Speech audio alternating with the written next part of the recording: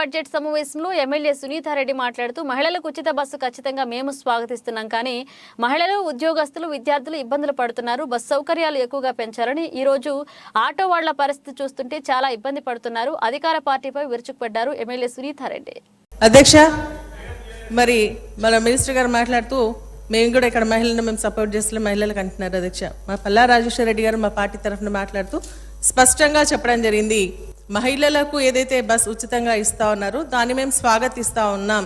కానీ కాకపోతే మహిళలు ఇబ్బంది పడుతూ ఉన్నారు, ఎంప్లాయీస్ ఇబ్బంది పడుతూ ఉన్నారు, కాలేజ్ స్టూడెంట్స్ ఇబ్బంది పడుతూ ఉన్నారు. మళ్ళీ ట్రిప్స్ కూడా తక్కువ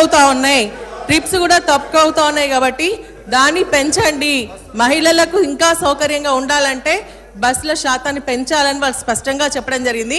ఇంకోటి అధ్యక్ష, ఆటో డ్రైవర్ల గురించి మాట్లాడుతున్నారు. అధ్యక్ష, ఈరోజు ఆటో డ్రైవర్లు ఇబ్బంది పడుతున్నటువంటి విషయాన్ని సభ ద్వారా ఒక ప్రతిపక్ష నాయకులుగా వారు చెప్పడం జరుగుతోంది. ఒక నిమిషం అధ్యక్ష, చనిపోయినటువంటి ఆటో డ్రైవర్ భార్యలు కూడా ఇబ్బంది పడుతూ ఉన్నారు. ఆటో డ్రైవర్కి సంబంధించినటువంటి వారి యొక్క కుటుంబాలు, మహిళలు బాధ్యత వహిస్తారు, వారు ఇబ్బంది పడుతూ ఉన్నారు. కాబట్టి వారికి మీరు ఇచ్చేటువంటి 1200 సరిపోదు, నెలకు 10,000 రూపాయలు ఇవ్వమని చెప్పేసి మేము డిమాండ్ చేస్తూ ఉన్నాం. ఖచ్చితంగా ఇవ్వండి, ఆ కుటుంబాలను ఆదుకోండి.